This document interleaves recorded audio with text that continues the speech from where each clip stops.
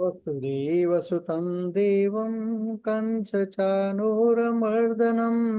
देवकी परमानन्दं कृष्णं वन्दे जगद्गुरुं। न ततस्ते पृथिव्यां वा दिवि देवेषु वा पुनः सत्त्वं प्रकृते जयमुक्तं यतेवी स्यात् त्रिभिर्गुण। जय श्री कृष्ण। ततस्ति पृथिव्यां वा दिवि देवेषु वा पुनः सत्त्वं प्रकृति जैर्मुक्तं यतेभिः स्यात् त्रिभिर्गुणैः। जय श्री कृष्ण की राजधानी जी फिर वर्षा। हाँ जी, जय श्री कृष्णा। न तदस्ति पृथिव्यां वा दिवि देवेषु वा पुनः सत्वं प्रकृति जैर्मुक्तं यदेभिः स्यात् त्रिभिः गुणैः। जय श्री कृष्ण। जय श्री कृष्ण। न तदस्ति पृथिव्यां वा दिवि देवेषु वा पुनः सत्त्वं प्रकृतिजैर्मुक्तं यदेभिः स्यात् त्रिभिर्गुणैः। जय श्री कृष्ण। सोनिया जी फिर उत्तर दीजिए। जय श्री कृष्ण।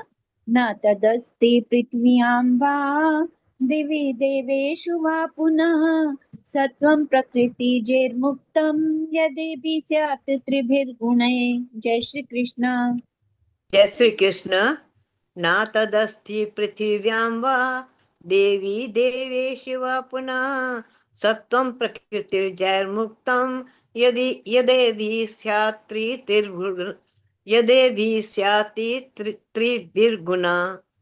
त्रिभिर्गुणे। जय श्री कृष्ण। जय श्री कृष्ण। न तदस्ति पृथिव्यां वा देवी देवेषु वा पुनः सत्वं प्रकृति जैर्मुक्तं यदेभिः स्यात् त्रिभिर्गुण। जय श्री कृष्ण। ज्योत्सना जी। जी जय श्री कृष्ण। न तदस्ति पृथिव्यां वा दिवि देवेषु वा पुनः सत्यं प्रकृतिजैर्मुक्तं यदेभिः स्यात् त्रिभिर्गुणे। जय श्री कृष्ण। जी साधना जी। तदस्ति पृथिव्यां वा दिवि देवेषु वा पुनः सत्त्वं प्रकृतिजैर्मुक्तं यदेभिः स्यात् त्रिभिर्गुणैः। जय श्री कृष्ण। साधना जी एससी शारदा।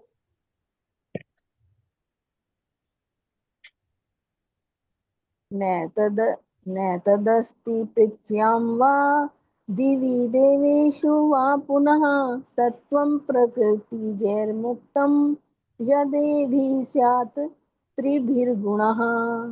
जय श्री कृष्ण। जय श्री कृष्ण शारदा सर।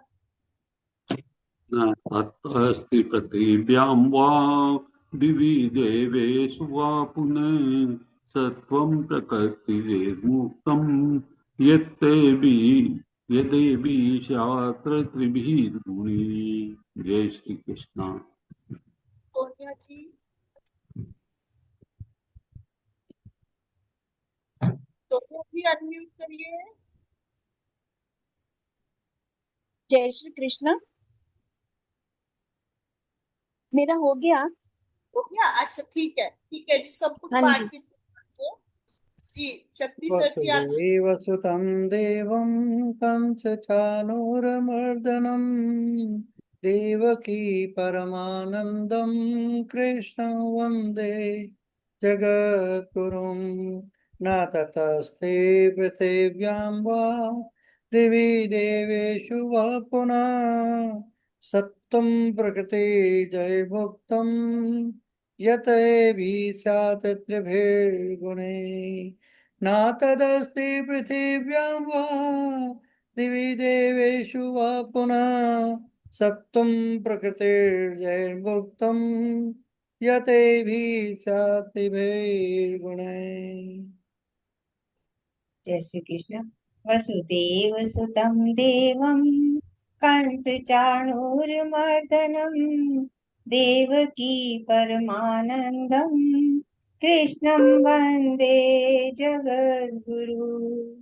न ततस्ति पृथिव्यां वा दिवि देवेषु वा पुनः सत्त्वं प्रकृते जयमुक्तं यतेभिः स्यात्भिर्गुणैः न ततस्ति पृथिव्यां वा दिवि देवेषु वा पुनः सत्त्वं प्रकृते जयमुक्तं यतेभिः स्यात्भिर्गुणैः।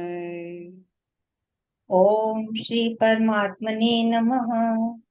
न ततस्ते पृथिव्यां वा दिवि देवेषु वा पुनः सत्त्वं प्रकृतिर्जयमुक्तं यतेभिः शास्त्रिभिर्गुणैः न ततस्ते पृथिव्यां वा दिवि देवेषु वा पुनः सत्त्वं प्रकृतिर्जयमुक्तं यतेभिः शास्त्रिभिर्गुणैः। अथ भक्ति योगो नाम द्वादशोऽध्यायः। न ततस्ते पृथिव्यां वा दिवि देवेषु वा पुनः सत्त्वं प्रकृतिर्जयमुक्तं यतेभिः शास्त्रिभिर्गुणैः न ततस्ते पृथिव्यां वा दिवि देवेषु वा पुनः सत्त्वं प्रकृतिर्जयमुक्तं यतेभिः शास्त्रिभिर्गुणैः। अर्जुन उवाच न ततस्ते पृथिव्यां वा दिवि देवेषु वा पुनः सत्त्वं प्रकृतिर्जयमुक्तं यतेभिः शास्त्रिभिर्गुणैः न ततस्ते पृथिव्यां वा दिवि देवेषु वा पुनः सत्त्वं प्रकृतिर्जयमुक्तं यतेभिः शास्त्रिभिर्गुणैः। एवं सततयुक्ता ये भक्ता स्वां पर्युपासते ये चाप्यक्षरमव्यक्तं तेषां के योगवित्तमः। न ततस्ते पृथिव्यां वा दिवि देवेषु वा पुनः सत्त्वं प्रकृतिर्जयमुक्तं यतेभिः शास्त्रिभिर्गुणैः न ततस्ते पृथिव्यां वा दिवि देवेषु वा पुनः सत्त्वं प्रकृतिर्जयमुक्तं यतेभिः शास्त्रिभिर्गुणैः। श्री भगवानुवाच न ततस्ते पृथिव्यां वा दिवि देवेषु वा पुनः सत्त्वं प्रकृतिर्जयमुक्तं यतेभिः शास्त्रिभिर्गुणैः न ततस्ते पृथिव्यां या दिवि देवेषु वा पुनः सत्त्वं प्रकृतिर्जयमुक्तं यतेभिः शास्त्रिभिर्गुणैः। मय्यावेशमनो ये मां नित्ययुक्ता उपासते श्रद्धया परयोपेतास्ते मे युक्ततमा मतः।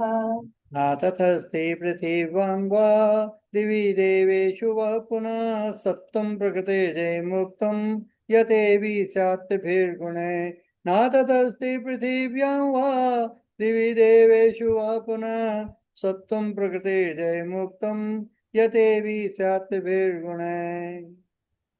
ये त्वक्षरमनिर्देशम् अव्यक्तं पर्युपासते सर्वत्र गमचिन्त्यं च कूटस्थं अचलं ध्रुवम्। न ततस्ते पृथिव्यां वा दिवि देवेषु वा पुनः सत्त्वं प्रकृतिर्जयमुक्तं यतेभिः शास्त्रिभिर्गुणैः न ततस्ते पृथिव्यां वा दिवि देवेषु वा पुनः सत्त्वं प्रकृतिर्जयमुक्तं यतेभिः शास्त्रिभिर्गुणैः। सन्नियम्येन्द्रियग्रामं सर्वत्र समबुद्धयः ते प्राप्नुवन्ति मामेव सर्वभूतहिते रतः। न ततस्ते पृथिव्यां वा दिवि देवेषु वा पुनः सत्त्वं प्रकृतिर्जयमुक्तं यतेभिः शास्त्रिभिर्गुणैः न ततस्ते पृथिव्यां वा दिवि देवेषु वा पुनः सत्त्वं प्रकृतिर्जयमुक्तं यतेभिः शास्त्रिभिर्गुणैः। क्लेशोऽधिकतरस्तेषाम् अव्यक्तासक्तचेतसाम् अव्यक्ता हि गतिर्दुःखम् देहवदभिरवाप्यते। न ततस्ते पृथिव्यां वा दिवि देवेषु वा पुनः सत्त्वं प्रकृते जयमुक्तं यतेऽपि स्यात्तभिर्गुणः न ततस्ते पृथिव्यां वा दिवि देवेषु वा पुनः सत्त्वं प्रकृते जयमुक्तं यतेऽपि स्यात्तभिर्गुणः ये तु सर्वाणि कर्माणि मयि सन्न्यस्य मत्परः अनन्येनैव योगेन मां ध्यायन्ति उपासते न ततस्ते पृथिव्यां वा दिवि देवेषु वा पुनः सत्त्वं प्रकृते जयमुक्तं यतेऽपि स्यात्तभिर्गुणः न ततस्ते पृथिव्यां वा दिवि देवेषु वा पुनः सत्त्वं प्रकृते जयमुक्तं यतेऽपि स्यात्तभिर्गुणः तेषाम् अहं समुद्धर्ता मृत्यु संसारसागरात् भवामि न चिरात् पार्थ मय्यावेशितचेतसा न ततस्ते पृथिव्यां वा दिवि देवेषु वा पुनः सत्त्वं प्रकृते जयमुक्तं यतेऽपि स्यात्तभिर्गुणः न ततस्ते पृथिव्यां वा दिवि देवेषु वा पुनः सत्त्वं प्रकृते जयमुक्तं यतेऽपि स्यात्तभिर्गुणः मय्येव मन आधत्स्व मयि बुद्धिं निवेशय निवसिष्यसि मय्येव अत ऊर्ध्वं न संशयः न ततस्ते पृथिव्यां वा दिवि देवेषु वा पुनः सत्त्वं प्रकृते जयमुक्तं यतेऽपि शास्त्रविवेकुणे न ततस्ते पृथिव्यां वा दिवि देवेषु वा पुनः सत्त्वं प्रकृते जयमुक्तं यतेऽपि चाति त्रिभिर्गुणे अथ चेत्तं समाधातुं न शक्नोषि मयि स्थिरम् अभ्यासयोगेन ततो मामिच्छाप्तुं धनञ्जय न ततस्ते पृथिव्यां वा दिवि देवेषु वा पुनः सत्त्वं प्रकृते जयमुक्तं यतेऽपि स्यात्तभिर्गुणः न ततस्ते पृथिव्यां वा दिवि देवेषु वा पुनः सत्त्वं प्रकृते जयमुक्तं यतेऽपि स्यात्तभिर्गुणः अभ्यासेऽप्यसमर्थोऽसि मत्कर्म परमो भव मदर्थम् अपि कर्माणि कुर्वन् सिद्धिमवाप्स्यसि न ततस्ते पृथिव्यां वा दिवि देवेषु वा पुनः सत्त्वं प्रकृते जयमुक्तं यतेऽपि स्यात्तभिर्गुणः न ततस्ते पृथिव्यां वा दिवि देवेषु वा पुनः सत्त्वं प्रकृते जयमुक्तं यतेऽपि स्यात्तभिर्गुणः अथैतदप्यशक्तोऽसि कर्तुम् अध्योगमाश्रितः सर्वकर्मफलत्यागं ततः कुरु यतात्मवान् न ततस्ते पृथिव्यां वा दिवि देवेषु वा पुनः सत्त्वं प्रकृते जयमुक्तं यतेऽपि स्यात्तभिर्गुणः न ततस्ते पृथिव्यां वा दिवि देवेषु वा पुनः सत्त्वं प्रकृते जयमुक्तं यतेऽपि स्यात्तभिर्गुणः श्रेयो हि ज्ञानमभ्यासात् ज्ञानात् ध्यानं विशिष्यते ध्यानात् कर्मफलत्यागात् त्यागात् शान्तिरनन्तरम् न ततस्ते पृथिव्यां वा दिवि देवेषु वा पुनः सत्त्वं प्रकृते जयमुक्तं यतेऽपि स्यात्तभिर्गुणः न ततस्ते पृथिव्यां वा दिवि देवेषु वा पुनः सत्त्वं प्रकृते जयमुक्तं यतेऽपि स्यात्तभिर्गुणः अद्वेष्टा सर्वभूतानां मैत्रः करुणेव च निर्ममो निरहङ्कारः समदुःखसुखः शमी न ततस्ते पृथिव्यां वा दिवि देवेषु वा पुनः सत्त्वं प्रकृते जयमुक्तं यतेऽपि स्यात्तभिर्गुणः न ततस्ते पृथिव्यां वा दिवि देवेषु वा पुनः सत्त्वं प्रकृते जयमुक्तं यतेऽपि स्यात्तभिर्गुणः सन्तुष्टः सततं योगी यतात्मा दृढनिश्चयः मय्यर्पितमनो बुद्धिः यो मद्भक्तः स मे प्रियः न ततस्ते पृथिव्यां वा दिवि देवेषु वा पुनः सत्त्वं प्रकृते जयमुक्तं यतेऽपि स्यात्तभिर्गुणः न ततस्ति पृथिव्यां वा दिवि देवेषु वा पुनः सत्त्वं प्रकृतिजैर्मुक्तं यतेऽपि स्यात्तिभिर्गुणैः। यस्मानो द्विजते लोको लोकानो द्विजते च यः हर्षमर्षभयोद्वेगैः मुक्तो यः स च मे प्रियः। न ततस्ति पृथिव्यां वा दिवि देवेषु वा पुनः सत्त्वं प्रकृतिजैर्मुक्तं यतेऽपि स्यात्तिभिर्गुणैः। न ततस्ति पृथिव्यां वा दिवि देवेषु वा पुनः सत्त्वं प्रकृतिजैर्मुक्तं यतेऽपि स्यात्तिभिर्गुणैः। अनपेक्षः शुचिर्दक्ष उदासीनो गत्यथः सर्वारम्भ परित्यागी यो मद्भक्तः स मे प्रियः। न ततस्ति पृथिव्यां वा दिवि देवेषु वा पुनः सत्त्वं प्रकृतिजैर्मुक्तं यतेऽपि स्यात्तिभिर्गुणः। न ततस्ति पृथिव्यां वा दिवि देवेषु वा पुनः सत्त्वं प्रकृतिजैर्मुक्तं यतेऽपि स्यात्तिभिर्गुणः। यो न हर्षति न द्वेष्टि न शोचति न काङ्क्षति शुभाशुभ परित्यागी भक्तिमान्यः स मे प्रियः। न ततस्ति पृथिव्यां वा दिवि देवेषु वा पुनः सत्त्वं प्रकृतिजैर्मुक्तं यतेऽपि स्यात्तिभिर्गुणः। न ततस्ति पृथिव्यां वा दिवि देवेषु वा पुनः सत्त्वं प्रकृतिजैर्मुक्तं यतेऽपि स्यात्तिभिर्गुणः। समः शत्रौ च मित्रे च तथा मानापमानयो शीतोष्ण सुख दुःखेषु समः संग विवर्जितः। न ततस्ति पृथिव्यां वा दिवि देवेषु वा पुनः सत्त्वं प्रकृतिजैर्मुक्तं यतेऽपि स्यात्तिभिर्गुणः। न ततस्ति पृथिव्यां वा दिवि देवेषु वा पुनः सत्त्वं प्रकृतिजैर्मुक्तं यतेऽपि स्यात्तिभिर्गुणः। तुल्य निन्दास्तुतिर्मौनी सन्तुष्टो येन केनचित् अनिकेतः स्थिरमते भक्तिमान् मे प्रियो नरः।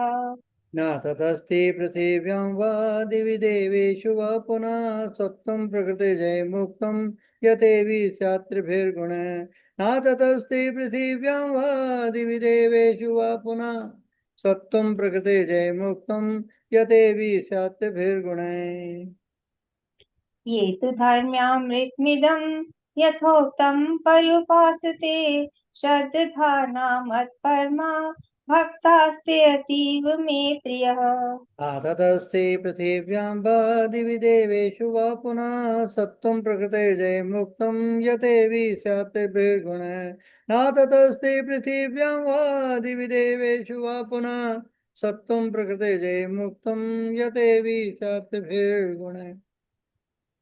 ॐ तत्सदिति श्रीमद्भगवद्गीतासु उपनिषत्सु ब्रह्मविद्यायां योगशास्त्रे श्रीकृष्णार्जुन संवादे भक्ति योगो नाम द्वादशोऽध्यायः।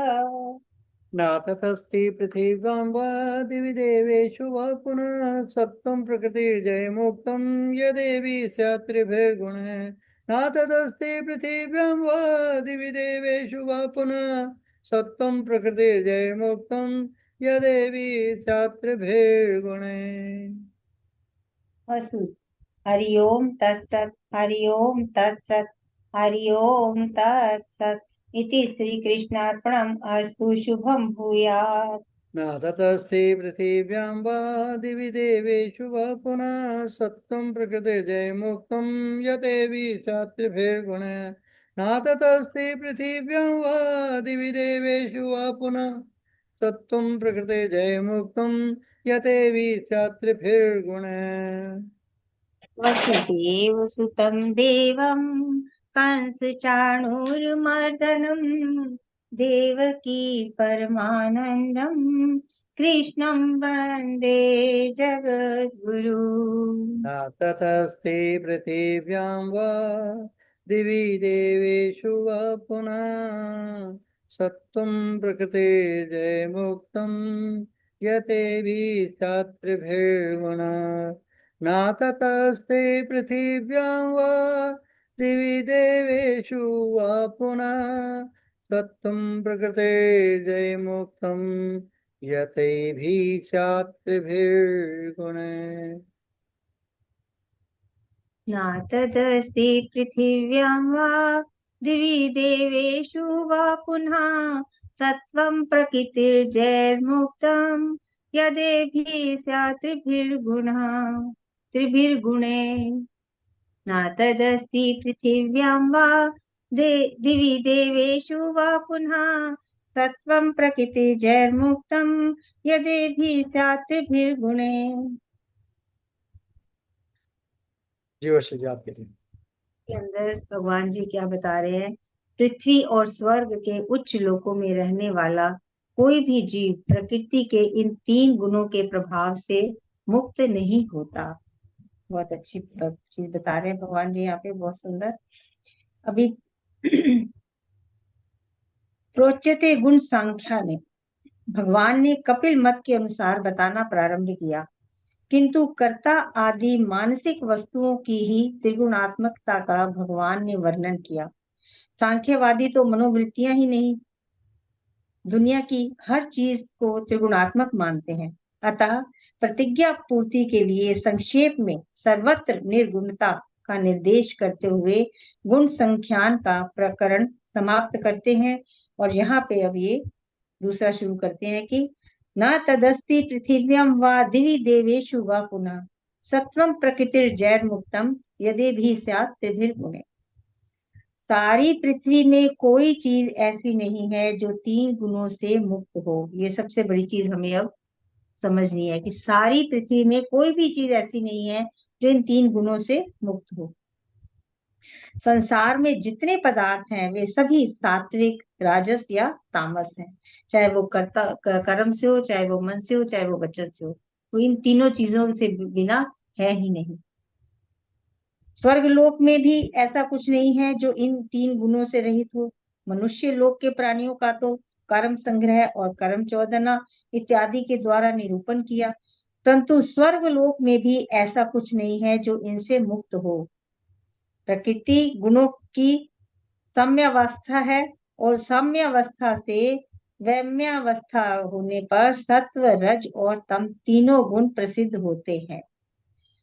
जो भाव पदार्थ है वे ही 3 गुणों वाले हैं, ऐसी उनकी मान्यता है। सारा संसार क्रिया, कारक और फल रूप है। संसार में जो कुछ है वह या क्रिया है, या क्रिया करने के साधन है, या क्रिया का फल है। 3 चीजों में सारा संसार उलझा हुआ, हम भी इसी में ही उलझे हुए हैं। वे सारे सत्व गुण, रजोगुण और तमोगुण हैं। ये सारी त्रिगुणात्मिका प्रकृति अविद्या से ही परिकल्पित है। जब तक अविद्या है, जब तक ज्ञान है, जब तक संसार इन चीजों से युक्त देख रहे हैं, तब तक ही हमें ये सारा सत्य लगता है। लेकिन जब ज्ञान होने लगता है, जब हम इस वास्तविकता को जान जाते हैं कि ये सब नश्वर है, ये सब माया से बने हुए हैं, ये सब प्रभु की माया की रचना है, तो जब हमें ये बात समझ आ जाए और हमें उस तत्व को पहचानने के लिए हमारे मन में जब लालसा उत्पन्न हो जाए कि आखिर वो चीज क्या है जो सत्य है, जिससे ये सारी प्रकृति, ये सारी सृष्टि भाषित हो रही है। यही सारी त्रिगुणात्मक का प्रकृति अविद्या से ही परिकल्पित है। वेदांत की दृष्टि से कहते हैं कि ये सब अविद्या परिकल्पित है। वेदांत में तो यही कहते हैं कि ये सब अविद्या है, अज्ञान है, जो उसी के द्वारा हमें दृश्य हो रहा है। इस बात को भगवान 15वें अध्याय में ऊर्ध्व मूलम से कह आए हैं कि यह तो वृक्ष है। जैसे वृक्ष काटने के लिए होता है, वैसे ही यह भी काटने के ही लायक है। जो अविद्या रूपी प्रकृति हमारी, ये काटने के लायक है। ये जो त्रिगुणात्मक सारा संसार है, ये सारा अविद्या के कारण है और इसलिए इससे निवृत्त ही होना योग्य है। तो हमारे लिए इससे निवृत्त होना ही हमारे लिए जरूरी है। इसलिए भगवान पहले के आए थे कि हे अर्जुन, तू त्रिगुण से रहित हो जा। इस निवृत्ति को बताने में ही सारी गीता और सारे वेदांतों का तात्पर्य है। देखिए, इस निवृत्ति को बताने में ही सारी गीता और सारे वेदांतों का तात्पर्य है कि हमने इससे निवृत्त कैसे होना है, ये कैसी माया है, त्रिगुणात्मक माया कैसे होती है, इनसे हमने कैसे निवृत्त होना है, सारा कुछ उसी को बताने में ये सारे वेदांत और सारी ये गीता जो है उसी का तात्पर्य है। भगवान सभी साधकों को कह रहे हैं कि तीनों गुणों से रहित हो जाओ। इस प्रकार सारी गीता शास्त्र और सारे वेदांतों का प्रयोजन यही है। अब क्योंकि 18वें अध्याय के बीच में पहुंच रहे हैं, इसलिए यहाँ से सारे गीता शास्त्र का उपसंहार प्रारंभ हो रहा है। अब वो हर चीज को दोबारा दोबारा बताते हुए, समाप्त करते हुए आगे की ओर बढ़ते जाएंगे। वैसे तो ग्रंथ में प्रसंग से अनेक बातें कही जाती हैं, परंतु ग्रंथ का जो वास्तविक प्रयोजन होता है उसको उपसंहार में फिर से कहना चाहिए। पूरे ग्रंथ का सार, पूरी जो भगवान गीता में बोल के आए हैं, उस सारे का उपसंहार अब वो इन थोड़े से श्लोकों में आगे फिर से दोबारा कहेंगे। जो कुछ गीता में कहा गया है उसमें जो जो प्रयोजन वाली बातें हैं उन्हें भगवान उपसंहार में बता देंगे। तात्पर्य निर्णय के लिए उपक्रम और उपसंहार की एक वाक्यता जरूरी है। इन बातों का जगह जगह अभ्यास भी किया है। ऐसी एक वाक्यता का प्रकार वेदांतों के अतिरिक्त और कहीं नहीं मिलता। फल स्वयं ही भगवान बताएंगे और पहले बता भी आए हैं। इस प्रकार से यहाँ जो भी प्रकरण प्रारंभ हो रहा है वह सारे वेदों और स्मृतियों का तात्पर्य है। अतः जो पुरुषार्थ करना चाहता है, अर्थात अपने पौरुष को काम में लाकर इस तात्पर्य को प्राप्त करना चाहता है, वह किस किस कर्म का अनुष्ठान करे। अब भगवान बता रहे हैं कि क्या क्या हमें करना चाहिए, ये बताएंगे। अतः उस प्रकरण को प्रारंभ करने से पहले भगवान बताते हैं कि ये पुरुषार्थ कौन करता है। भगवान सारी बात इसमें बता रहे हैं कि किस किस कर्म का अनुष्ठान करें, ये बताएंगे। अतः उस प्रकरण को प्रारंभ करने से पहले भगवान बताते हैं कि पुरुषार्थ कौन करता है, पुरुषार्थ कौन कौन करता है, कैसे कैसे करता है, ये सब भगवान अब अगले श्लोक में हमें बताएंगे। मेरी समझ में सब इतना ही था जी। जय श्री कृष्ण। इति श्री कृष्ण अर्पणमस्तु। वसुदेव सुतम देवम कंस चाणूरमर्दनम देवकी परमानंदम कृष्ण वंदे जगत गुरु। बाकी अब शक्ति सर जी ज्यादा अच्छे से समझाएंगे। जय श्री कृष्ण। वर्षा, मैं प्रणाम। एक सेकंड एक बात कहना चाहती हूँ। प्रणाम सबको और जय श्री कृष्ण। कि चींटी से लेके ब्रह्मा तक सारा जो लोक है वो 3 गुणों से युक्त है। तीन गुणों से रहित नहीं है। यहाँ पृथ्वी और स्वर्ग बोला है 3 लोकों में, तीनों लोकों में। ठीक है। जय श्री कृष्ण। शक्ति सर बताएंगे। वसुदेव श्लोक सुतं पढ़ लीजिए। देवम् जी सर जी बताइए आप। वसुदेव सुतं देवम् हंस चाणूरमर्दनम् देवकी परमानन्दम् कृष्ण वन्दे जगद्गुरुम्। न ततस्ति पृथिव्यां वा दिवि देवेषु वा पुनः सत्त्वं प्रकृते जयमुक्तं यत एभिः स्यात् त्रिभिर्गुणैः। न तदस्ति पृथिव्यां वा दिवि देवेषु वा पुनः सत्त्वं प्रकृतिर्जयमुक्तं यदेवी स्यात् त्रिभिर्गुणैः। जय श्री कृष्ण। आप सबको प्रणाम। बहुत ही अच्छा संपुट पाठ अभी वर्षा जी ने किया और उसके ऊपर विवेचन भी किया। पूर्ण रूप से सब कुछ बता दिया है। और निर्मल दी भी बता रही हैं कि ये तीनों लोकों की बात है, चींटी से लेकर देवताओं तक। कोई भी इन तीनों गुणों से अलग नहीं। बहुत अच्छा। यत एभी स्यात् त्रिभिर गुण। यत जो, एभी इनके प्रभाव से, स्यात् है, त्रिभी 3 गुण, प्रकृति के गुणों, न तत् अस्ति वे नहीं है। क्या नहीं है? पृथिव्याम पृथ्वी पर, वा या दिवी यानी स्वर्ग के उच्च लोक तक, देवेशु और स्वर्ग के देवताओं में, वह पुनः और फिर सत्वम उसका अस्तित्व प्रकृति जय जो प्रकृति से उत्पन्न हुआ मुक्तम मुक्त हुआ ऐसा कोई भी नहीं है। पृथ्वी और स्वर्ग तीनों लोकों में पृथ्वी स्वर्ग और उच्च लोकों में रहने वाला कोई भी जीव ऐसा प्रकृति के इन तीन गुणों के प्रभाव से मुक्त नहीं होता है।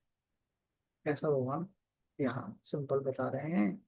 और इसको अब हम चलते हैं फिर से कि ये श्लोक जो है श्रीमद् भगवत गीता के 18वें अध्याय मोक्ष संन्यास योग में से 40वां श्लोक मूल श्लोक क्या है कि न तत् अस्ति पृथिव्यां वा दिवि देवेषु वा पुनः सत्वं प्रकृति जय मुक्तम यत एभि स्याति वही गुण है।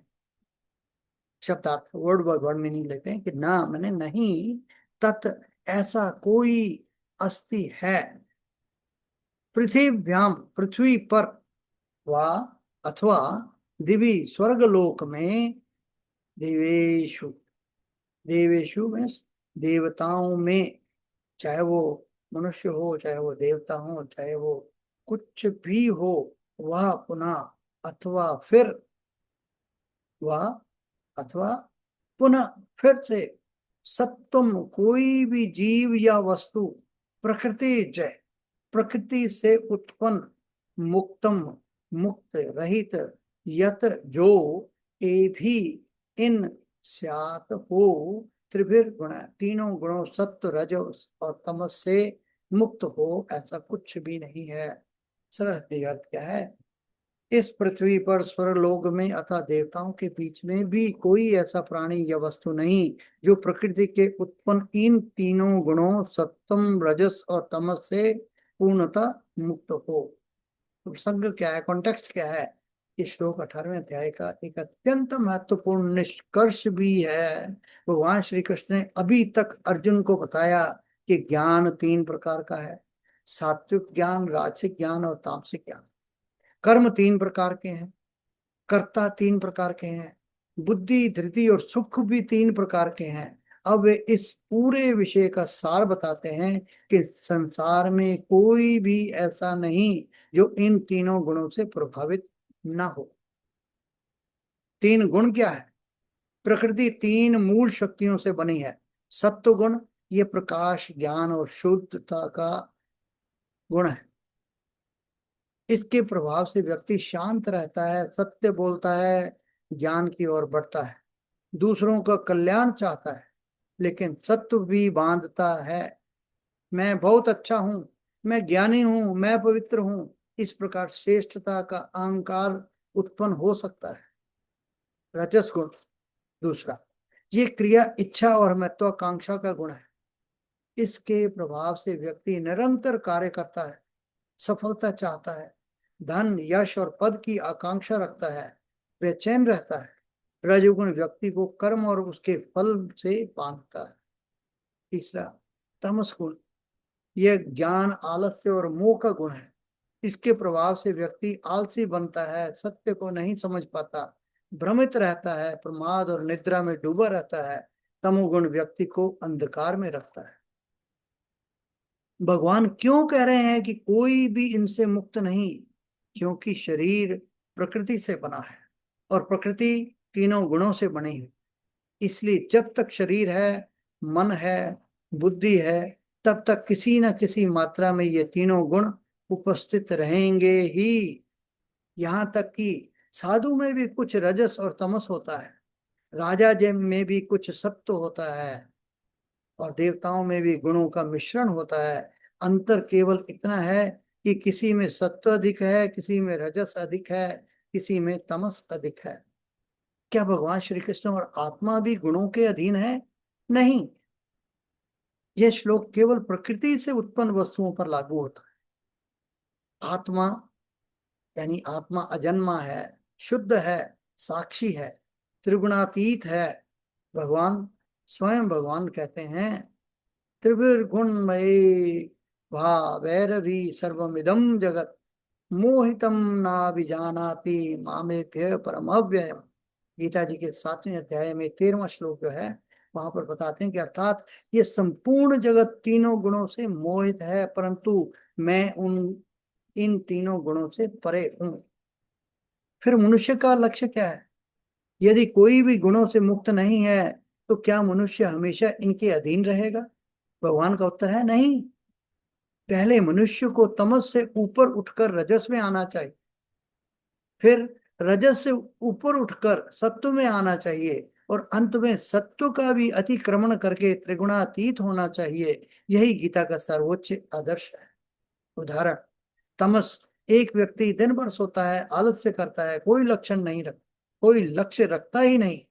रजस, वही व्यक्ति मेहनत करने लगता है, धन कमाता है, प्रसिद्धि चाहता है। सत्व, फिर वह समझता है कि जीवन केवल धन और यश के लिए नहीं है, मुझे सत्य और आत्मज्ञान प्राप्त करना चाहिए। त्रिगुणातीत, अंततः वह समझता है कि मैं शरीर या मन नहीं हूं, मैं तो शुद्ध आत्मा हूं। तब वह गुणों का साक्षी बन जाता है। एक प्रेरक कहानी। एक बार 3 व्यक्ति नदी पार कर रहे थे। पहला व्यक्ति तमस, वह किनारे पर बैठ गया और बोला, मैं नहीं जा सकता। वह आलस्य में ही रह गया। दूसरा व्यक्ति रजस, वह पूरी शक्ति से तैरने लगा, उसे केवल दूसरी ओर पहुंचने की चिंता थी। तीसरा व्यक्ति सत्व, वह शांत भाव से तैरा, दूसरों की सहायता भी की, सुरक्षित पार पहुंच गया।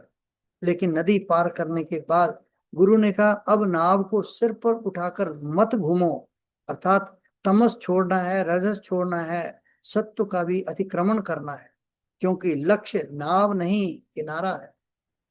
इसी प्रकार लक्ष्य केवल सात्विक बनना नहीं, बल्कि त्रिगुणातीत होकर आत्म स्वरूप को प्राप्त करना है। इस श्लोक से मिलने वाली शिक्षाएं क्या है कि भगवान बता रहे हैं कि संसार में कोई भी व्यक्ति तीनों गुणों से पूरी तरह मुक्त नहीं है। प्रत्येक व्यक्ति में सत्व, रजस और तमस तीनों उपस्थित हैं। इन गुणों का अनुपात ही व्यक्ति के स्वभाव को निर्धारित करता है। आत्मा इन गुणों से परे है। आध्यात्मिक साधना का उद्देश्य तमस और रजस को कम करके सत्व को बढ़ाना है तथा अंत में त्रिगुणातीत होना है। जो व्यक्ति गुणों का साक्षी बन जाता है वही वास्तविक स्वतंत्रता प्राप्त करता है। सार क्या है, समरी क्या है? इस श्लोक में भगवान श्री कृष्ण बताते हैं कि पृथ्वी पर, स्वर्ग में अथवा देवताओं में भी ऐसा कोई नहीं है जो प्रकृति के तीनों गुणों सत्य, रजस और तमस से पूरी तरह से मुक्त हो।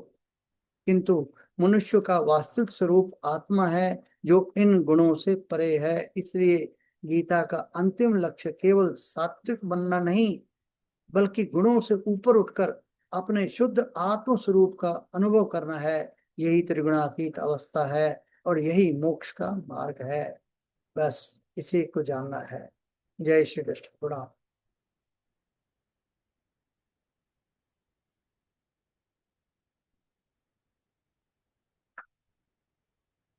जय श्री कृष्ण। जी निर्मल बहुत जी, अच्छा, बहुत बढ़िया बता दिया। आप श्लोक भी पढ़ लीजिए और बताइए।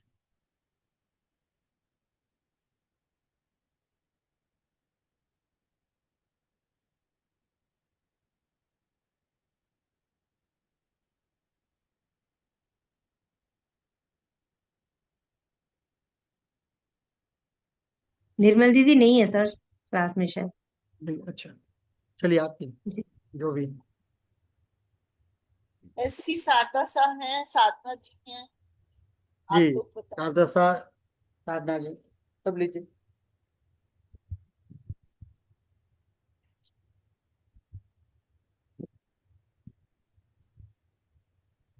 थोड़ा सा मैं बता दूंगी बात।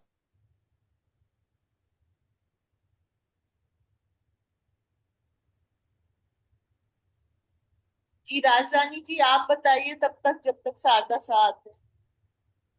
जय श्री कृष्ण।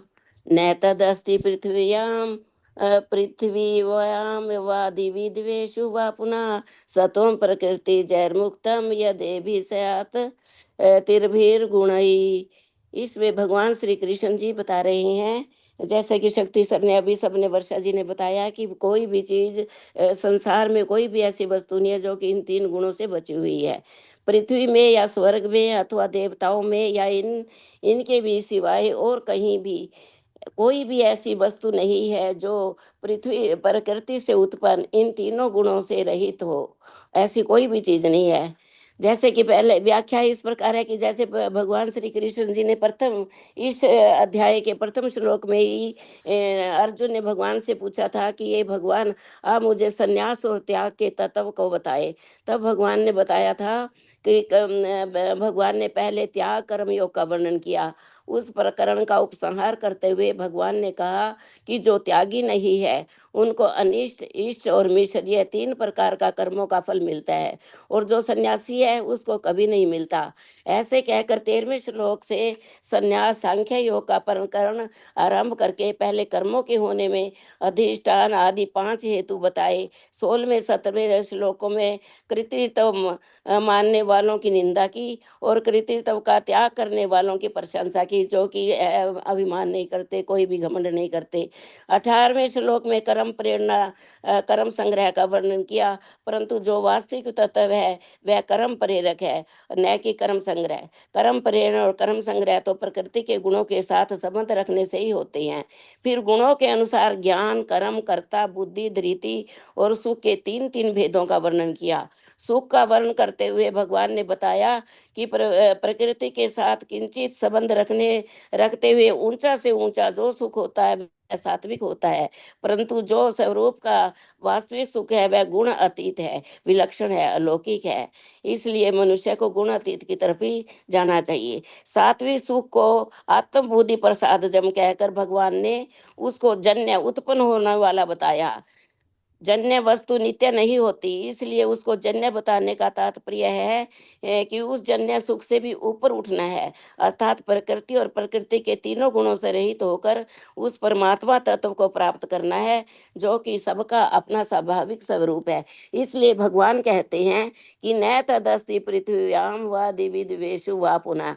यहाँ बताते हैं कि पृथ्व्याम पद से मृत्युलोक और पृथ्वी के नीचे के तल अतल वितल आदि सभी लोकों का, दिवी पद से स्वर्ग आदि लोकों का, देवेशु पद को प्राणी मात्र के उपलक्षण के रूप में उन स्थानों में रहने वाले मनुष्य देवता असुर राक्षस नाग पशु पक्षी कीट पतंग वृक्ष आदि सब चर और अचर प्राणियों का, वा पुनः पदों से अनंत ब्रह्मांडों का संकेत किया गया है।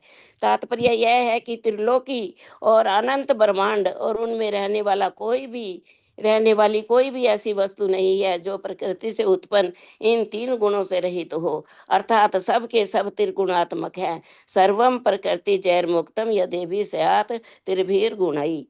प्रकृति और प्रकृति का कार्य है, यह सब का सब ही त्रिगुणात्मक और परिवर्तनशील है। इनसे संबंध जोड़ने से ही बंधन होता है और इनसे संबंध विच्छेद करने से ही मुक्ति मिलती है, क्योंकि स्वरूप असंग स्वरूप व अस्वय है और प्रकृति पर है। प्रकृति से संबंध जोड़ते ही अहंकार पैदा हो जाता है जो कि पराधीनता को पैदा करने वाला है। और यह एक बहुत विचित्र बात है कि अहंकार में भी मनुष्य स्वाधीनता महसूस करता है, पर वास्तव में यह तो पराधीनता है। कारण कि अहंकार से प्रकृति जन्य पदार्थों में आसक्ति कामना आदि पैदा हो जाती है, जिससे पराधीनता में भी स्वाधीनता दिखने लगती है। इसलिए प्रकृति जन्य गुणों से रहित होना मनुष्य के लिए सबके लिए बहुत आवश्यक है। प्रकृति जन्य गुणों में रजोगुण और तमोगुण का त्याग करके सतोगुण बढ़ने की आवश्यकता है, सतोगुण बढ़ाने की आवश्यकता है। सतोगुण में भी प्रसन्नता और विवेक तो बहुत आवश्यक है, परंतु सात्विक सुख और ज्ञान की आसक्ति नहीं होनी चाहिए, क्योंकि सुख और ज्ञान की आसक्ति बांधने वाली है। इसलिए इनको आसक्ति का त्याग करके सतोगुण से ऊंचा उठे। इससे ऊंचा उठने के लिए यहाँ गुणों का प्रकरण आया है। साधक को सात्विक ज्ञान कर्म कर्ता बुद्धि धृति और सुख इन पर ध्यान देकर इनके अनुरूप अपना जीवन बिताना चाहिए और सावधानी बरतनी चाहिए। सावधानी से राजस तामस त्याग करना चाहिए। इनका त्याग करने में सावधानी ही सबसे बड़ा साधन है। सावधानी सब साधन स्वतः अगर सावधानी रखोगे कि तो सब साधन स्वतः ही प्रकट हो जाते हैं। प्रकृति से संबंध विच्छेद करने में सात्विकता बहुत आवश्यक है। कारण कि इसमें प्रकाश अर्थात विवेक जागृत होता है, जिससे प्रकृति से मुक्त होने में बड़ी सहायता मिलती है। वास्तव में तो इससे भी असंग होना है। इसका परिशिष्ट भाव है कि जैसे भगवान ने 10वें अध्याय में भगवान ने भक्ति विश्वास की दृष्टि से संपूर्ण वस्तुओं को अपने से उत्पन्न विभूति योग बताया था। न तो दस्ती बिना फिर यहाँ पर भगवान ज्ञान विवेक की दृष्टि से संपूर्ण वस्तुओं को प्रकृति जन्य गुणों से उत्पन्न होने वाली बताते हैं। कारण कि विवेकी की दृष्टि में सत और असत दोनों रहते हैं, पर भगत की दृष्टि में एक भगवान ही रहते हैं। विवेक के मार्ग में असत का गुणों का त्याग मुख्य है, पर भक्ति मार्ग में भगवान का संबंध मुख्य है। इसीलिए भगवान बताते हैं कि संसार की कोई भी वस्तु तीनों गुणों से रहित नहीं है, और यह बात अज्ञानी की दृष्टि में है और तत्वज्ञानी की दृष्टि में नहीं है। तत्वज्ञानी की दृष्टि सत्ता मात्र स्वरूप की तरफ होती है, अर्थात वह भगवान वह स्वतः स्वाभाविक निर्गुण है, इसलिए भगवान की तरफ ज्यादा जुड़ती है। और इस श्लोक से हमें शिक्षा मिलती है कि हमें तीनों राजसिक और तामसिक गुणों को छोड़कर सात्विक की तरफ दौड़ना चाहिए, क्योंकि सात्विक से ही मनुष्य उन्नति करता है, बड़ा आदमी बनता है, दूसरों की भी भलाई करता है और अपने पैरों पे खड़ा होता है, अपने आप ही अपने में समर्थ होता है। इति श्री कृष्ण अर्पणमस्तु। शुभम भूयात्। वसुदेव वसुतम देवम कंस चारुणमर्दनम देवकी परमानंदम कृष्णम वंदे जगत गुरुम। कोई गलती हो तो क्षमा करना सर जी। जय श्री कृष्णा, बहुत अच्छा बताया आपने राजराज जी। GSC शारदा सा।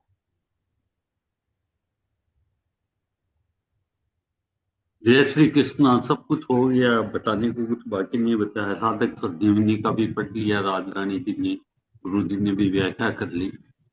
मैं सुनूंगा आप जो बताएंगे। जय श्री कृष्ण। जय श्री कृष्णा। साधना जी।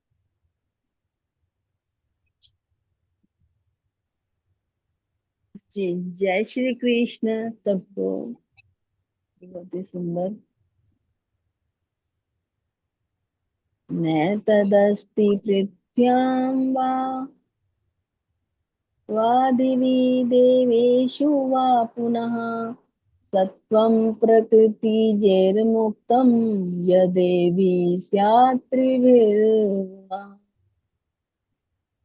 बहुत ही सुंदर बताया है शक्ति सर ने तीनों गुणों के बारे में, एक एक करके विस्तार से, और पता भी लग गया कि क्या तीनों गुणों का हमारे जीवन पर क्या प्रभाव है और कैसे हम इन तीन गुणों से परे होए।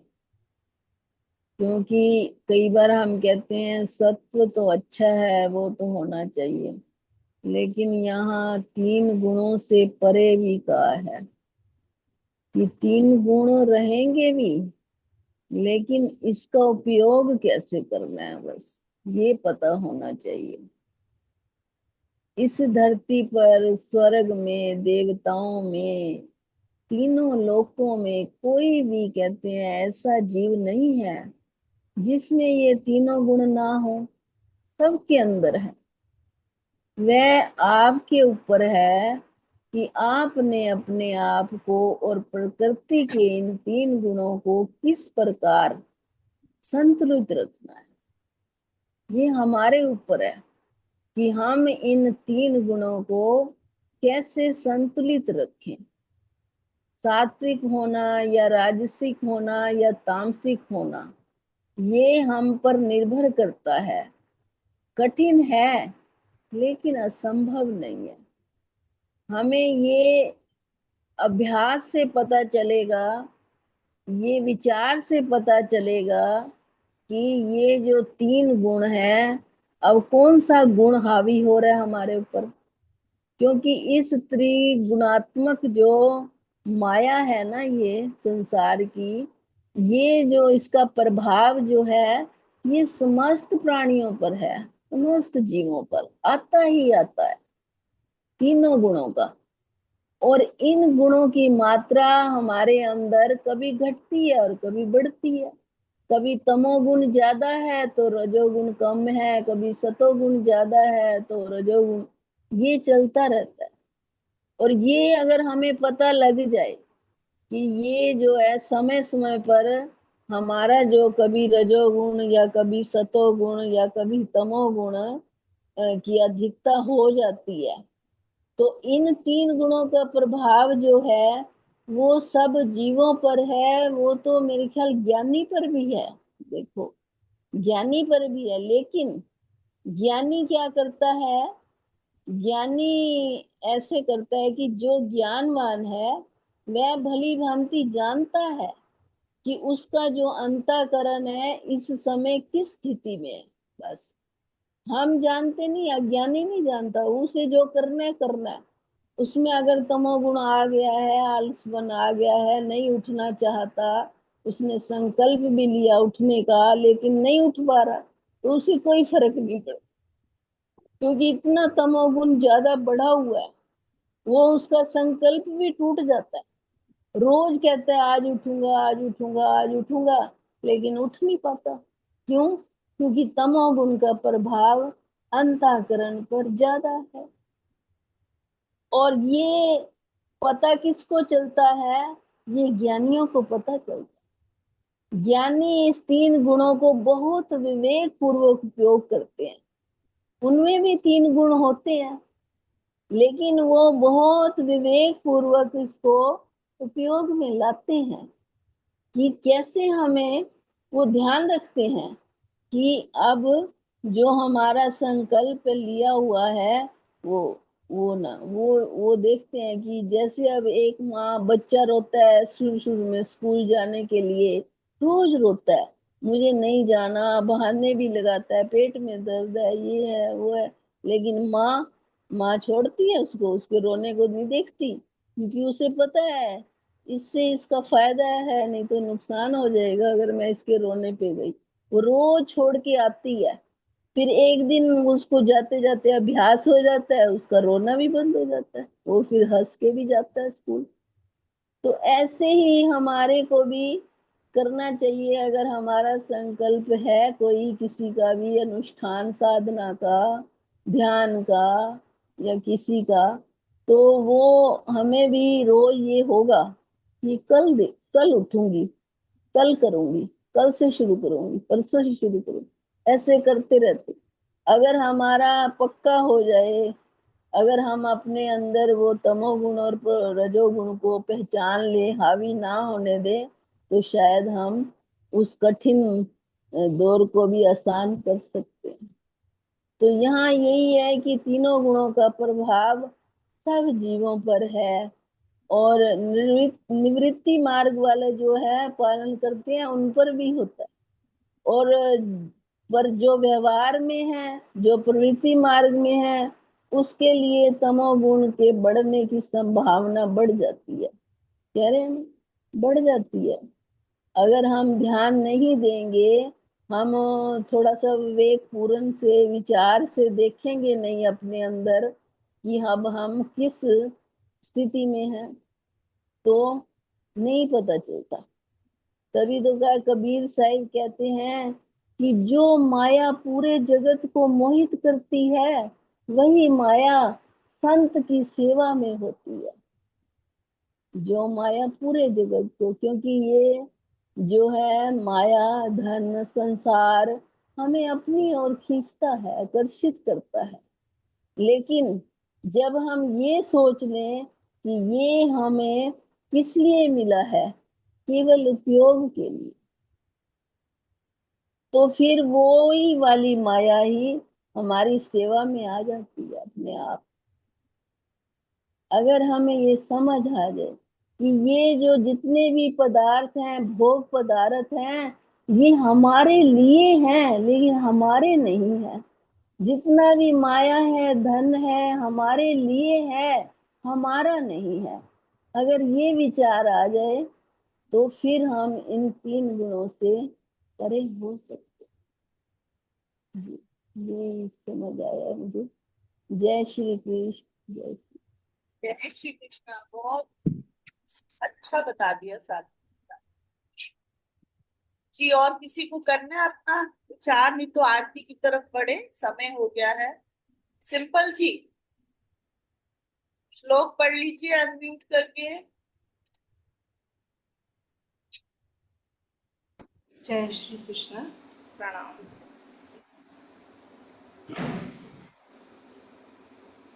न ततस्ति पृथिव्यां वा दिवि देवेषु वा पुनः सत्त्वं प्रकृतिजैर्मुक्तं यत् एभिः स्यात् निर्गुणे। जय श्री कृष्ण। श्री कृष्णा जी, आरती कौन करना चाहेंगे? अनम्यूट करिए। मैं करूंगी आज। ठीक करिए। श्रीमद् भगवत गीता जी की आरती। जय भगवत गीते मैया, जय भगवत गीते। हरि ही ये कमल विहारिणी, हरि ही ये कमल विहारिणी, सुंदर सुपुनीते। ओम जय भगवत गीते। कर्म सुमर्म प्रकाशिनी, कामासक्ति हरा मैया, कामासक्ति हरा। तत्व ज्ञान विकासिनी, तत्व ज्ञान विकासिनी, विद्या ब्रह्म परा। ओम जय भगवत गीते। निश्चल भक्ति विधायिनी, निर्मल मलहारी मैया, निर्मल मलहारी। शरण रहस्य प्रदायिनी, शरण रहस्य प्रदायिनी, सब विधि सुखकारी। ओम जय भगवत गीते। राग द्वेष विदारिणी, कारिणी मोद सदा मैया, कारिणी मोद सदा। भव भय हारिणी तारिणी, भव भय हारिणी तारिणी, परमानंद प्रदा। ओम जय भगवद गीते। आसुर भाव विनाशिनी, नाशिनी तम रजनी मैया, नाशिनी तम रजनी। दैवी सद्गुण दायिनी, देवी सद्गुण दायिनी, हरि रसिका सजनी। ओम जय भगवत गीते। समता त्याग सिखावनी, हरि मुख की बानी मैया, हरि मुख की बानी। सकल शास्त्र की स्वामिनी, सकल शास्त्र की स्वामिनी, श्रुतियों की रानी। ओम जय भगवत गीते। दया सुधा बरसावनी, मातु कृपा कीजे मैया, मातु कृपा कीजे। हरि पद प्रेम दान कर, प्रभु पद प्रेम दान कर, अपनों कर लीजे। ओम जय भगवत गीते।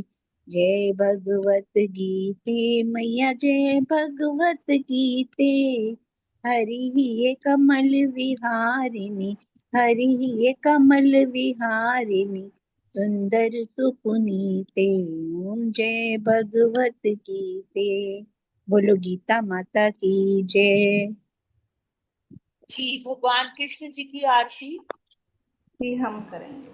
आप करिए। भगवान श्री कृष्ण जी की आरती। श्री कृष्ण चंद्र आनंद कंद मुकुंद गिरिवर धारिणम, यशोनंद गोपी चंद्र काटं कंद भव भयहारिणम।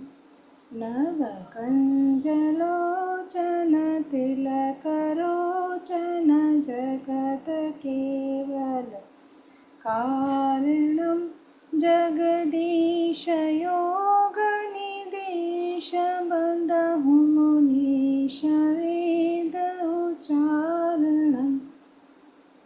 मृदुअधर धर मुरली मनोहर, तान ज्ञान प्रचारिणं, बलबाहु अतुल अनंत विघ्न आदिपुरुषकारणं करुणानिधान सुजान सुन्दर सुलभ सन्ततारणं सुखदाम दादानाम श्याम निकाम वाम विहारिणं श्रीकृष्णचन्द्र आनन्द कंद मुकुन्द गिरिवर धारिणं यशोनन्द गोपी चन्द्रकाटं वन्द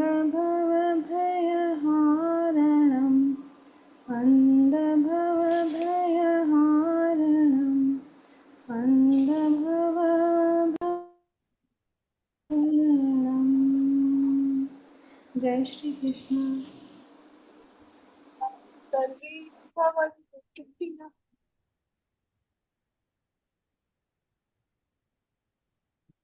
सर्वे भवन्तु सुखिनः। सर्वे भवन्तु सुखिनः। सर्वे सन्तु निरामया। सर्वे सन्तु निरामया। निरामया।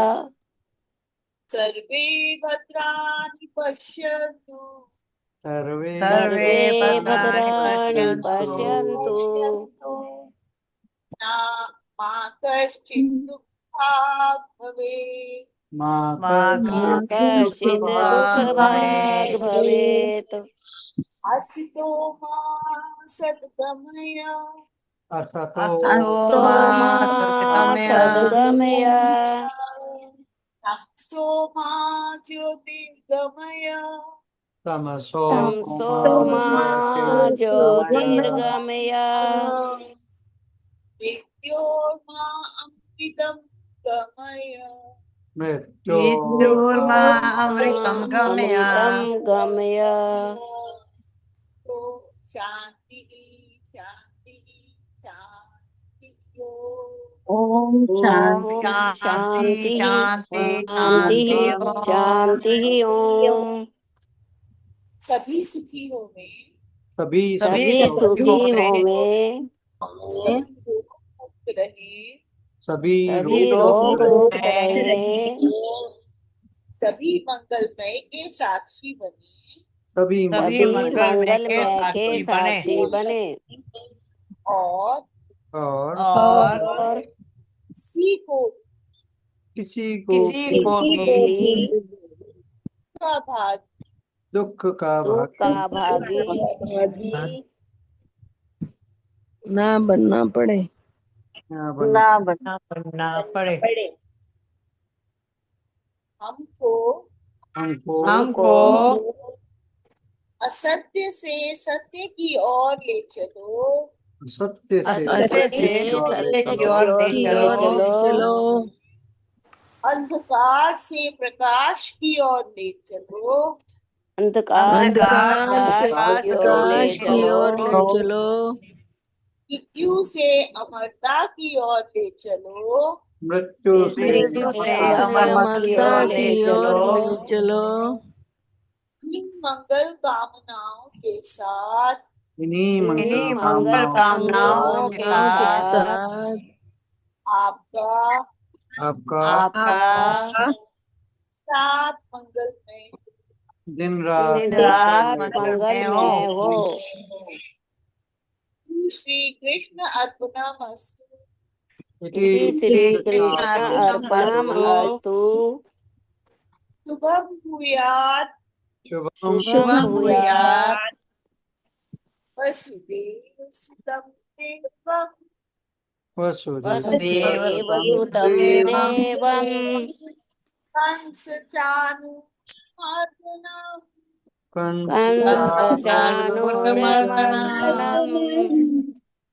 देवकी परमानंदम्।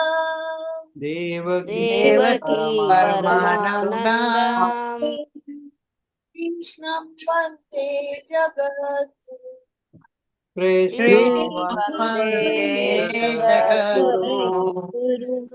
वो श्री कृष्ण चंद्र भगवान की जय। सीता माता की जय। जय परम पूज्य गुरुदेव भगवान की जय। जय आस्ते आनंद की जय। जय जय जय श्री राधे। जय जय जय जय जय जय श्री राधे। राधे।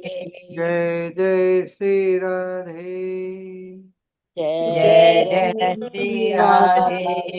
जय जय श्री राधे श्याम। जय जय जय श्री जय श्री राधे राधे श्याम। श्याम। हर हर महादेव। हर हर हर हर महादेव। महादेव। हर हर महादेव।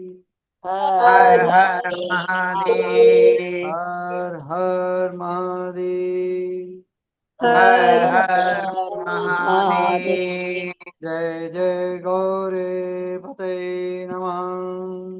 जय जय जय जय गौरी गौरी पते पते नमः। नमः। हर हर महादेव। हर हर हर हर महादेव। महादेव। आप सबको प्रणाम प्रणाम प्रणाम। प्रणाम, सबको प्रणाम, सबको प्रणाम। सबको प्रणाम, सबको जय श्री कृष्ण, सबको जय श्री जय श्री कृष्ण। कृष्ण, सबको जय श्री कृष्ण। सबको जय श्री रात का समर्पण कौन करेंगे? साधना जी आप करेंगे?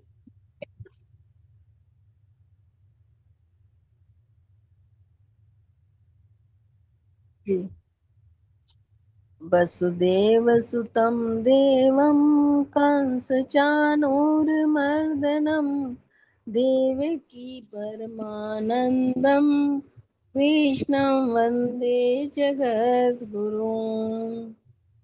जय श्री कृष्ण। हे मेरे प्रभु, हे दीनदयाल परमपिता परमात्मा, हे पालनहार, सबके रोग विनाशक विघ्नहर्ता, आप हमारी रानी बहन जी के रोग शोक सब दूर कीजिए, उन्हें निरोग कीजिए। हे मेरे प्रभु, आपसे यही प्रार्थना है, हमारी दिन रात यही प्रार्थना है।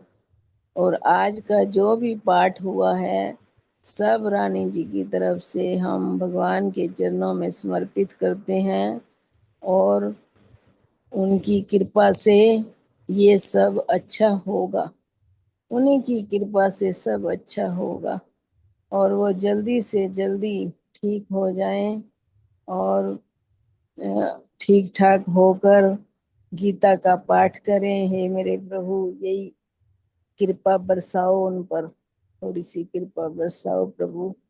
जय श्री कृष्ण। ओम श्री परमात्मने नमः। भक्ति योगो नाम द्वादशो अध्यायः।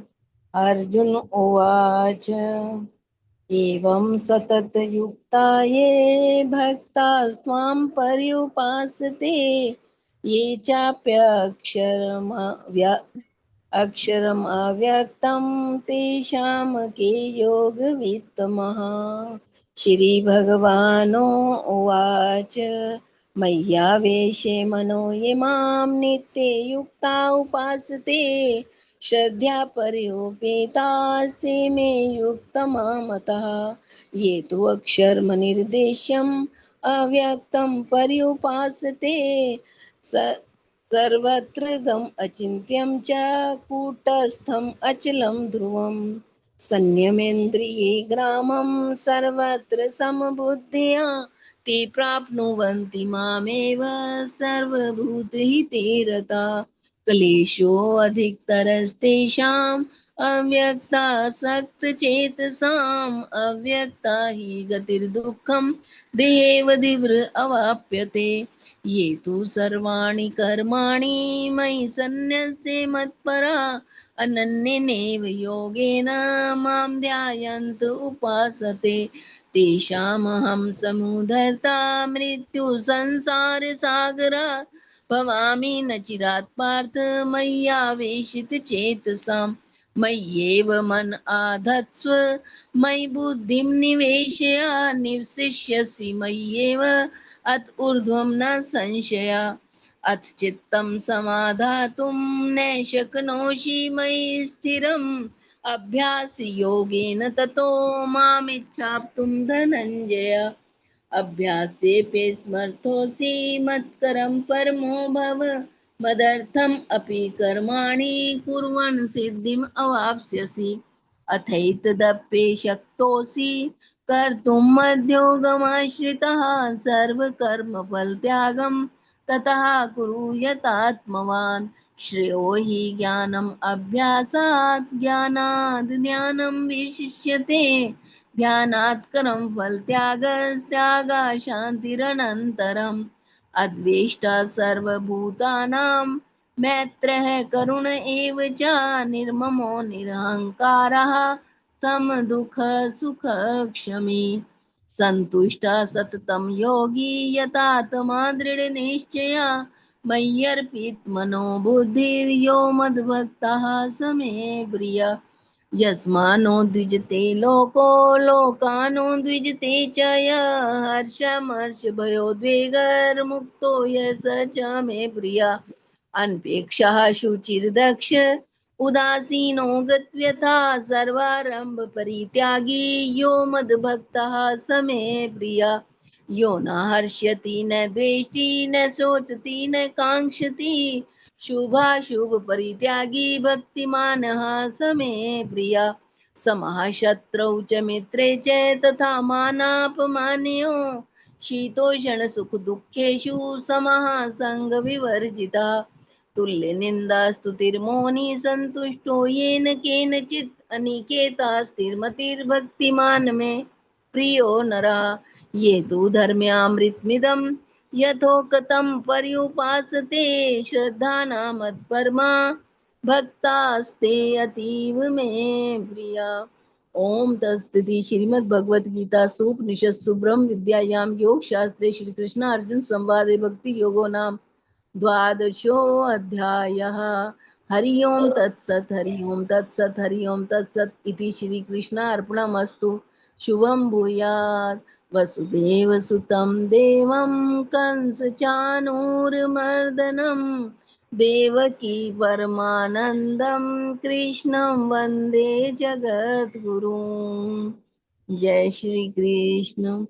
हे मेरे परम पिता परमात्मा, आपसे यही निवेदन है कि हमारे जो देश के प्रधानमंत्री योगी मोदी जी हैं, योगी जी हैं, सब जितने भी ये नेता हैं, सबको सद्बुद्धि देना और सब अच्छे अच्छे कार्य करें, देश की उन्नति हो, देश की तरक्की हो और सबका कल्याण हो, सबका मंगल हो और देश खूब तरक्की करे। सबके यहाँ पर भारत को बहुत बड़ी सफलता मिले और उसको भगवान का आशीर्वाद रहे और सब खुश रहें, सब निरोग हो जाएं, सब रोग मुक्त हो जाएं, सबके घर में खुशियां ही खुशियां हों।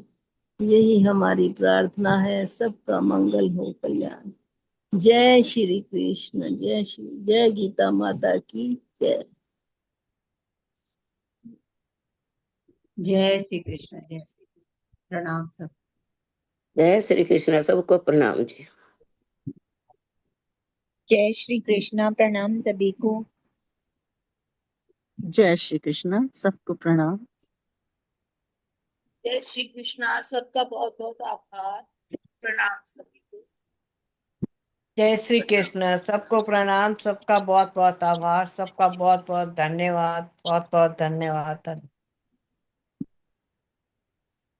जय श्री कृष्ण, प्रणाम, आभार, सबका धन्यवाद। जय श्री कृष्ण जी। जय श्री कृष्ण।